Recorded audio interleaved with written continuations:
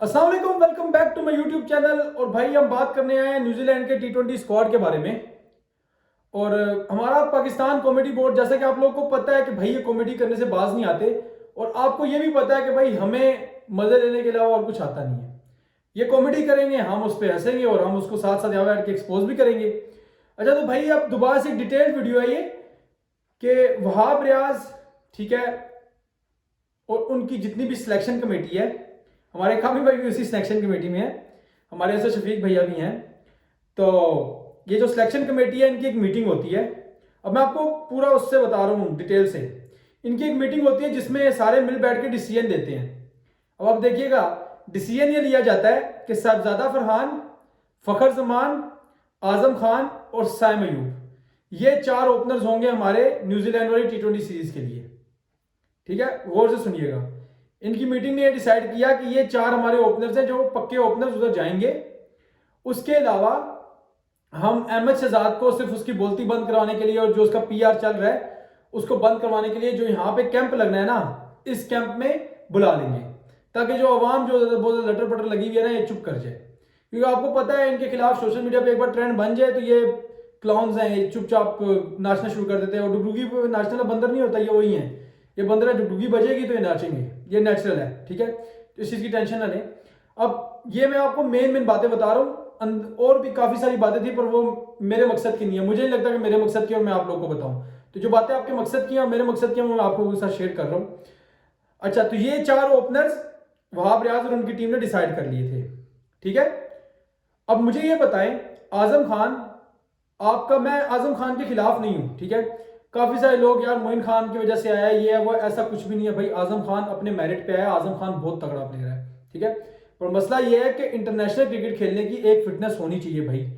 मैं ये नहीं कह रहा कि आजम खान को आज आप बोलो कि भाई वो बिल्कुल स्लिम एंड स्मार्ट हो जाए, शाहिद अफरीदी की तरह या फिर रिजवान की तरह, या फिर आप कह लो उसको बाबर की तरह। बाबर तो खैर खुद आजकल थोड़ा सा निकला हुआ है। साइम अयूब की तरह पतला हो जाए, छोटा सा हो जाए, ऐसा कुछ भी ना हो।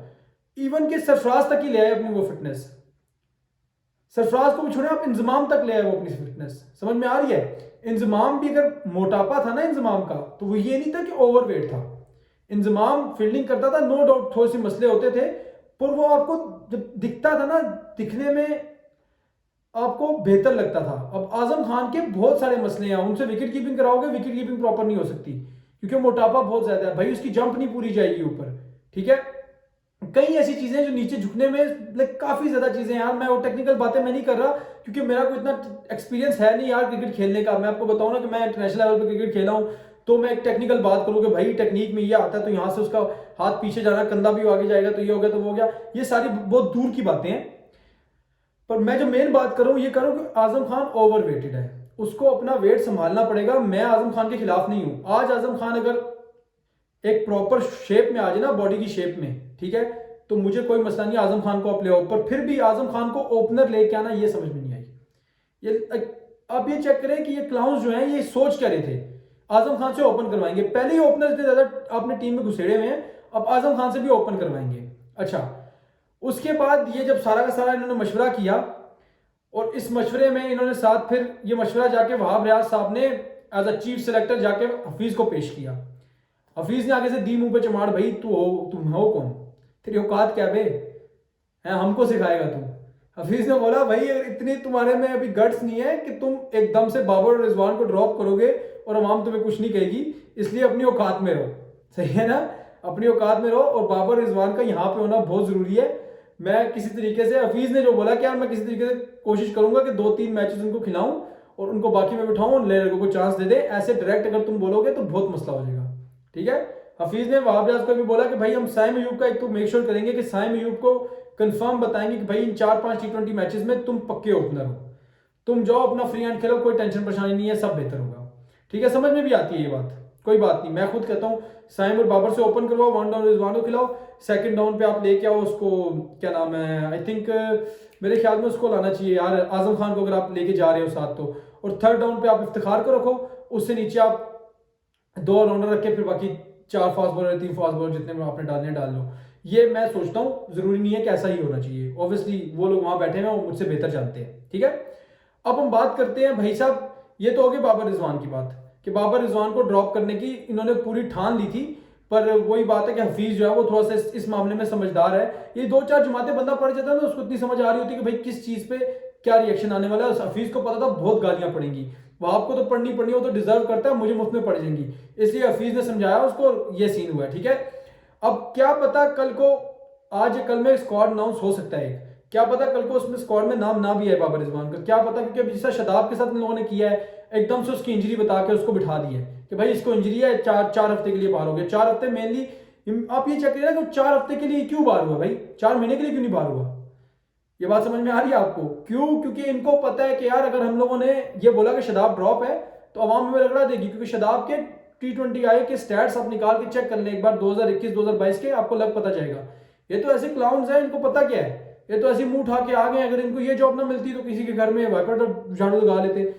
जकाशफ के घर में बोल रहा हूं मैं, जरूरी नहीं है कि हर बात को आप गलत तरफ ले जाए।